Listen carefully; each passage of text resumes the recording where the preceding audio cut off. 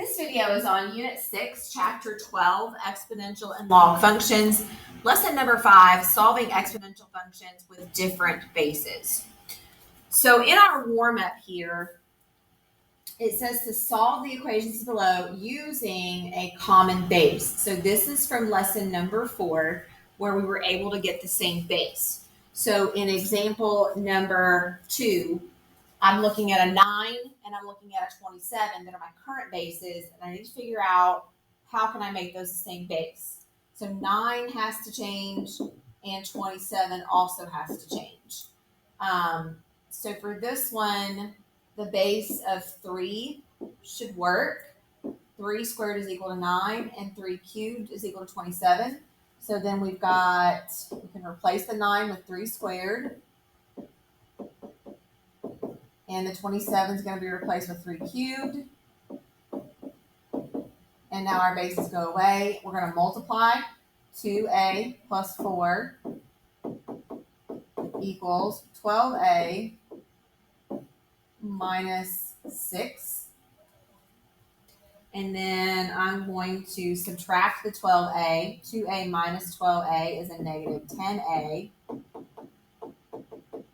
Subtract the 4. Negative 6 minus 4 is negative 10. And when we divide both sides by negative 10, we get a equals a positive 1. So that's if we can get the same base. But what happens if that's not possible? What if same bases are not possible? So here's some steps for you. Number 1 says to isolate the exponential expression. Secondly, take the log of both sides. So basically what we're going to do is we're going to change it to a log.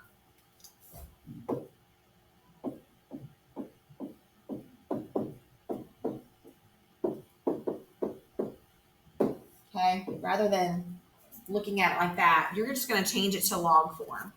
You may need to expand the log. And then fourth, you want to solve and check for extraneous solutions.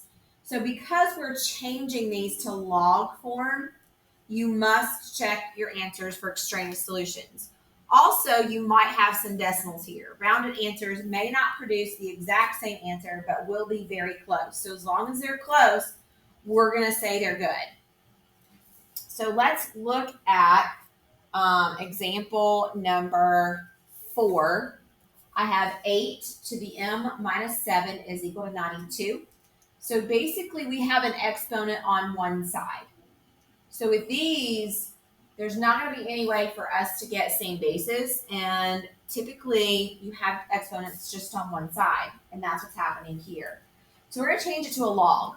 So it's going to say log base 8 of 92 equals m minus 7.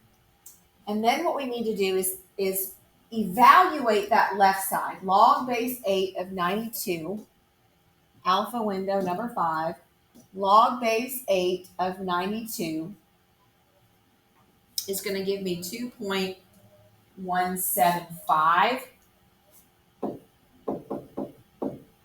equals my m minus 7. And then I'm going to add my 7, 2.175 plus 7 is going to be 9.175. So now that we've got the 9.175, I do want to show you what this is going to look like when we substitute it into the calculator to check our solution. So we've got to do the 8 raised to, our m is 9.175, 9.175, and that's minus 7. And that should give us 92 or something very close. Now, all these decimals out here to the right, I realize they're there. It looks confusing, but it would round to 92. So 92 equals 92 checks out. That's our solution. So again, it can be a little confusing when you're substituting it into the calculator and checking your answers. Let's look at number 5. Number 5 says 4 times 7 to the nth power is equal to 148. So it's very important that you're getting the exponential part by itself. And in number 5, I circled the exponential part. So the 4 has got to go away. I got to remove it. How do I remove it? How do I undo that operation? Well, we've got to divide both sides by that 4. We have 7 to the nth power is equal to 148 divided by 4 is 37. And then we're going to change it back to log. Log base 7 of 37 is equal to n. And log base 7 of 37 is going to give me 1.856. And again, you must check that. It should give you 148. To save time in my video, I'm going to go ahead and let you know that it does work. So let's jump over to number 7. 7 minus 4 to the x plus 1 is equal to 18. So the first thing that you're going to do here, again, is you've got to make sure that you get the exponential part by itself. So the first step is to get rid of that 7. To get rid of that 7, because it's positive, we want to subtract it. And we have negative 4 to the x plus 1 is equal to 18 minus 7 is going to be 11. And then I need to divide by that negative 1. And we get 4 to the x plus 1 is equal to negative 11. And then we're going to take and change that to log. So log base 4 of negative 11 is equal to x plus 1. Now, I can tell you right here that this is going to be no solution, because what we're about to try to do is take the log of a negative number. Log base 4 of negative 11 gives you an I, and that is not okay. So that's not possible. We cannot take the log of a negative number. So this one's no solution. Let's jump down to number 12.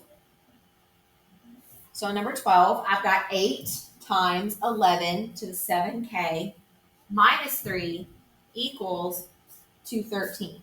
So again, all we're trying to do here to start this off is to get the exponential part by itself. We got to get rid of 8 and the minus 3.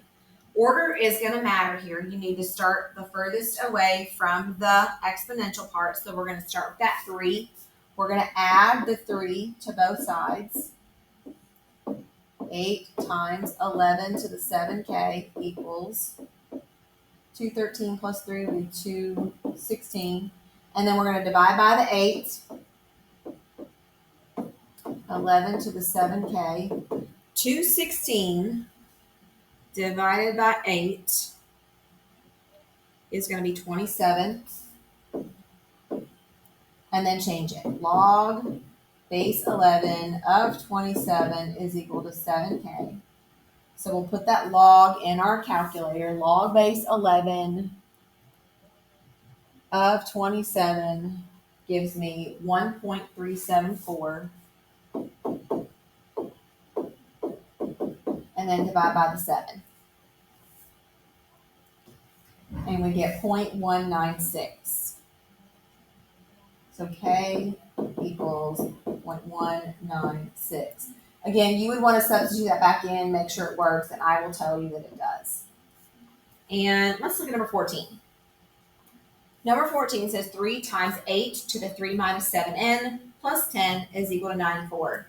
So again, we've got to make sure that we get the exponential part by itself first.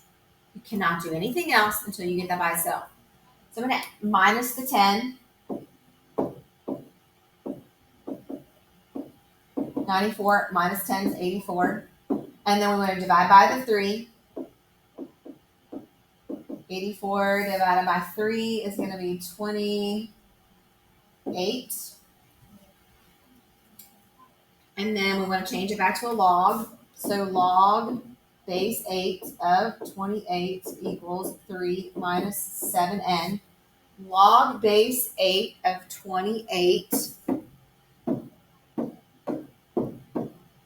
is 1.602. And then you just solve your equation. Subtract the 3. So minus 3 gives me negative 1.398. Negative 7, and then divide by negative 7. So divided by negative 7, and I get 0.19. That's going to be 0.2. Because the 6 is going to make the 9 round up, which make that 9 round up, which makes that round up to a 2. So 0.2.